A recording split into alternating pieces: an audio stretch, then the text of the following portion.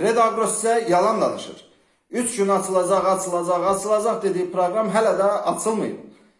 Şirkətlə danışdığım ictimaiyyətə açıq bir şirkət deyil. Faktiki olaraq mənə verdiyi cavab narahat olmayın açılır. Mən niyə narahat oluram ha qardaş? Sən narahat ol. İnsanlar mənim yox, sənin qapına dirəniblər.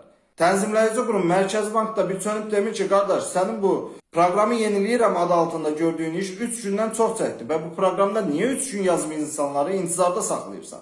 Bax, bu kimi tənzimləyici qurumun onlara vermədiyi suala ona görə də bunlar 3 gün yazıb, bunu 10 gün, 15 gün, 1 ay, 2 ay uzada bilirlər. Pulun yoxdur, deyirəm ki, pulum yoxdur, kredit xətti gözləyirəm və s. və ilaxır. Və yaxud da nəsə baş veribsə, bunu açıq şəkildə deyə bilərsən. Yalan danış, eybi yoxdur. Amma demə ki, 3 gün açacağım. Yalan danış, dedim ki, texniki problemlər 1 ay ərzində həll olunacaq. Bu müddət biraz uzana da bilər. Mətbuata açıq olmaq lazımdır, yoldaş Kredagro. Əslində Kredagronun da burada qalamaq olmur. Bütün dövlət qurumları da bu formada işləyir. İctimaiyyətdən qaçırlar.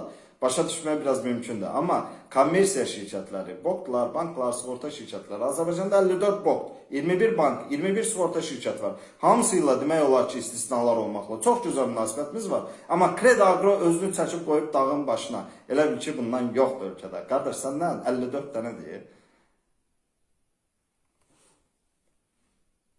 Siz nə düşünürsünüz? Kredagronun bu yalanları nə vaxt bitəcək, nə vaxt fəaliyyətinə bərpa edəcək?